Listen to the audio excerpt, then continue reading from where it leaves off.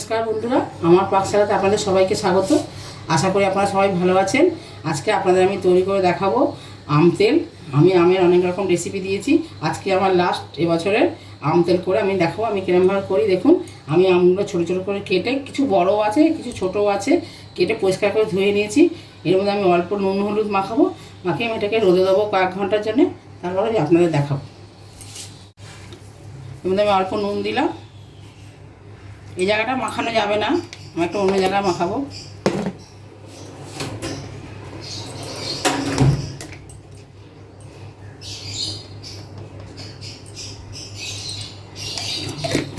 ভালো করে নুন হলুদ মাখিয়ে নিচ্ছি, নিয়ে আমি 4-5 ঘন্টার জন্য রোদে দেবো।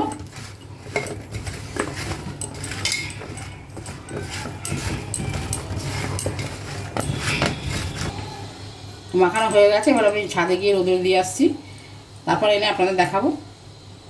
আমার কেটে রাখা ছোটো ছোটো আমগুলো নুন হলুদ মাখিয়ে 4-5 ঘন্টা রোদ দিয়ে নিয়েছি। তারপরে দেখুন আপনাদের দেখাচ্ছি, এর মধ্যে আর জল নেই, যে রসটা ছিল সব শুকিয়ে গেছে। এবার আমি এটাকে তৈরি করব, এই জন্য আমি মশলাগুলো আপনাদের দেখিয়ে দিচ্ছি কী কী মশলা দেবো এতে। এর মধ্যে বেশিরভাগটা হচ্ছে সাদা সর্ষে আছে, তলায় আমি 2 চামচ মতো কালো সর্ষে দিয়েছি, আর এখানে জোয়ান, মেথি অল্প, আর জিরে, ধনে, মৌরি, আর এই লঙ্কাটা আমি গুঁড়োই দেবো, এটাকে আমি বাটবো না। এই 2 চামচ মতো লঙ্কা গুঁড়ো দিয়েছি, আর কাশ্মীরি লঙ্কার গুঁড়ো 2 চামচ দিয়েছি। সর্ষেটাকে আমি সব একসঙ্গে গুঁড়ো করে আপনাদের দেখাচ্ছি। এই দেখুন কালো সর্ষেও আছে এর মধ্যে, কালো সর্ষেটা কম দিয়েছি, সাদা সর্ষেটা বেশি দিয়েছি, হলুদটা আমি ভাজছি। হালকা গরম ছেড়েছে, আর 1 মিনিট মতো ভেজে রেখে দেবো। মশলাটা ঘুরিয়ে আপনাদের দেখাচ্ছি।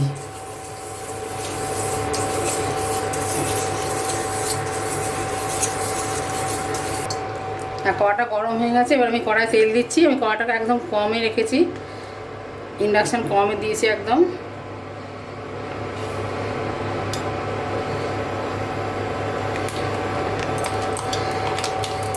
এখানে আমি 500 মতো তেল দিয়েছি। তেলটা হালকা গরম হবে, খুব বেশি গরম হবে না।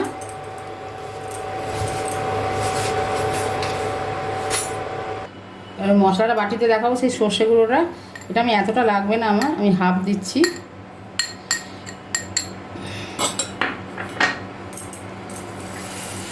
লঙ্কা গুঁড়ো 2 রকম দেখিয়েছিলাম, সেটাও দিয়ে দিচ্ছি।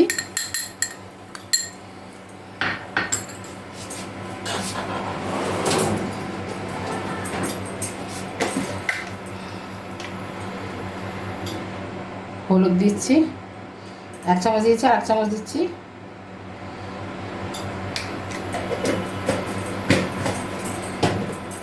নুন দিয়ে আমটা মেখেছিলাম, তাও আমি আরেকটু নুন দেবো।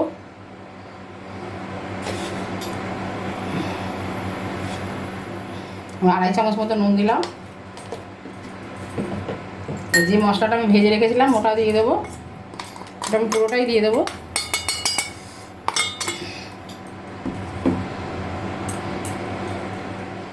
জল দেওয়া যাবে না।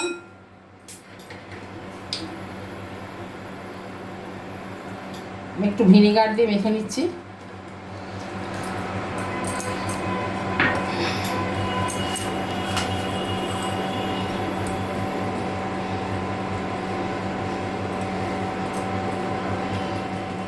আর অল্প একটু লাগবে,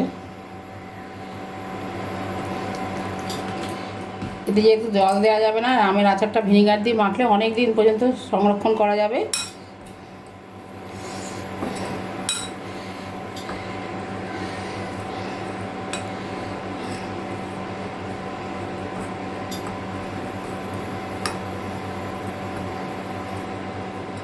গরম করা যাবে না, আমি হাত দিয়ে দেখলাম অল্প গরম হয়েছে। এবার আমি এতে মশলাগুলো দিয়ে দিলাম।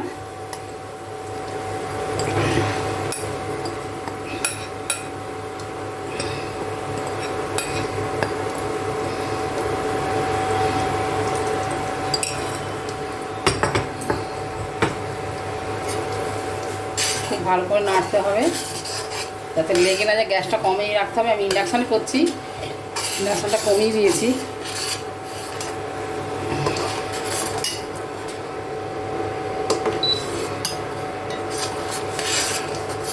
নাহলে মশলাগুলো পুড়ে যাবে।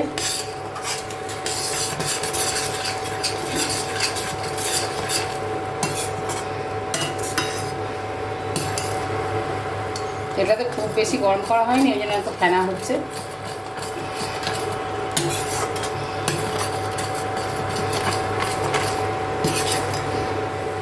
মশলাটা ভাজা হয়ে গেছে প্রায়।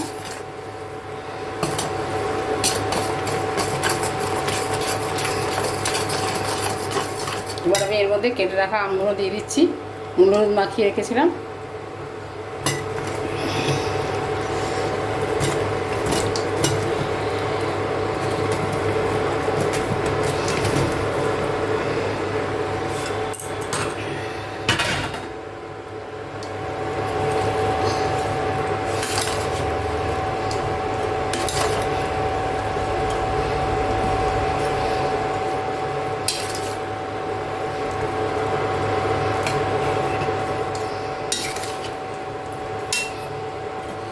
এবার আমি ঢাকা দিয়ে ফুটতে দেবো। গ্যাসের ফ্লেমটা একদমই, ইন্ডাকশানে এটা একদমই কমিয়ে দিয়েছি ফ্লেমটা।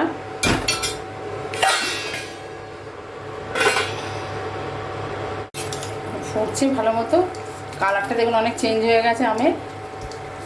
যেটা আরও অনেক 7-8 মিনিট হবে, আরও একদম আমটা সিদ্ধ হয়ে যাবে, তারপর নামাবো। এই তেলেতেই আমটা সিদ্ধ হবে।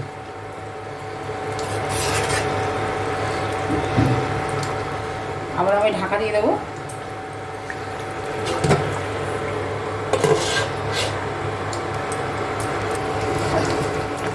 দেখুন আমটা প্রায় সিদ্ধ হয়ে এসছে, আর 2-3 মিনিট আমি রাখবো, তারপর আমি নামিয়ে দেবো, তাহলে পুরোপুরি সিদ্ধ হয়ে যাবে।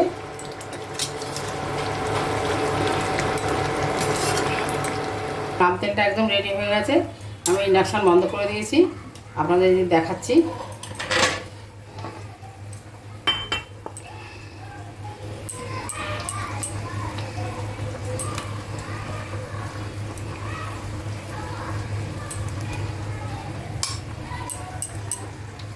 আমটা একদমই সিদ্ধ হয়ে গেছে।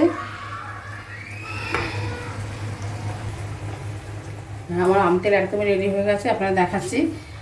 আপনারা এরকমভাবে করবেন, আমি যেরকমভাবে করলাম। যদি আপনাদের ভালো লাগে লাইক দেবেন, আর যদি আপনারা ফেসবুক থেকে দেখেন তাহলে ফলো করবেন, আর যদি আপনারা ইউটিউব থেকে দেখেন তাহলে সাবস্ক্রাইব করবেন।